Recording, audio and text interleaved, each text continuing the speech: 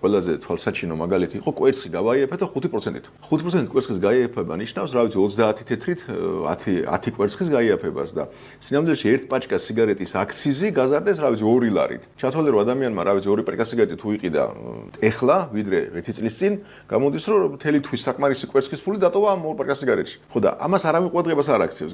ადამიანებს ამადლიან აი რაღაც 5%, 30 თეთრს დაუკელით, 21 დაუკელით და სინამდვილეში იმ 1 წლის წინ გაძვირდა 7%-ით, ეხლა დაიკლო, რა ვიცი, 5%-ით დაუშვათ, ხო? ხო და არავინ ამას ფაქტიურად არ აქცევს ყურადღებას, არავინ ამაზე არ საუბრობს. ჩემს Facebook მეგობარს ედო პოსტი, ხორცი რო ღირს 90 ლარის სუკი თუ რაღაცა. ხო. სავარაუდოდ აგროჰაბში, თავს ვერ დავდეთ, მაგრამ აგროჰაბში იყო გუში გადაცემა იყო აგროჰაბში და მაგით გამახსენდა.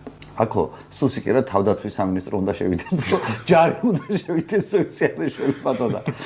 ანუ აი ჯერ ხო ცალკე ამბავია რომ აგროჰაბში შედის მთავრობა და მომხმარებელი და ეუბნება რომ კვერცხი ანუ ყველაზე პრემიუმ სეგმენტზე მომუშავე მაღაზიაში. რაც ყველა მიცის რომ ეგეთი ფასებია, სპეციალურად ეგეთი. ანუ ეგეთი ფასებია რა ზოგადად, ანუ სხვადასხვა მიზეზების გამო ხა არ გამორიცხავ კაცო ფასნამატი ხონდეს მის უფროს სადღაც და მილიონი რაღაცით სხვა სარგებლობდეს როგორც მითხარი.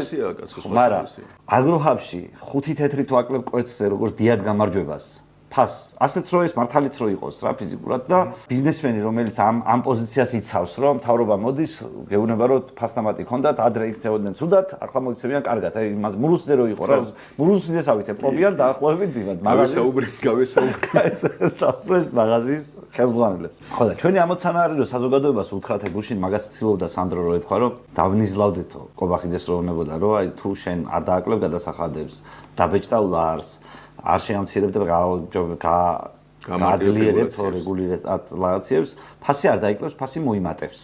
ანუ ადამიანებს ერთმანეთთან ურთიერთობაში და ვაჭრობაში თუ შუაში შუამავლებს ჩაუყენებ, როგორც არის სუსი, ისა რაც ახლა სურსათის ფასზე ღელავს. დროებით შეიძლება ზარალზე იმუშაოს კომპანია და თქვას რომ მოდი ცოტა ხანი მოვიშორო ეს თავრობა, გადასახადი გადავიხადო, გადასახადში ჩავთვალო ეს დაკლება.